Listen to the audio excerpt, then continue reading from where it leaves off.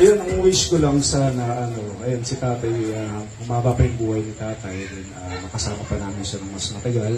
Then yung pamilya namin is ingatan ng Panginoon, lahat ng kalusugan, mga pamangkin ko, mabuti nila mga pangarap nila.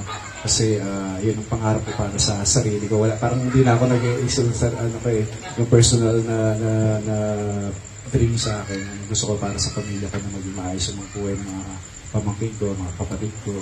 Sana maranasan din nila yung maayos na buhay kasi hanggang ngayon medyo nahihirapan pa sila sa in terms of financial. So sana lahat kami ay makaranas ng ng ginhawang buhay. Yun lang naman sa kapayapa. Maraming salamat sa pakikijoin niyo sa celebration nito. Sobrang na-appreciate ko and hindi ko makakalimutan to. Ayan. Salamat din.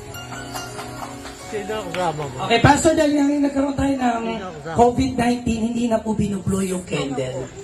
Pahigop. Pahigop. Tayo nga na po, Pastor. Okay,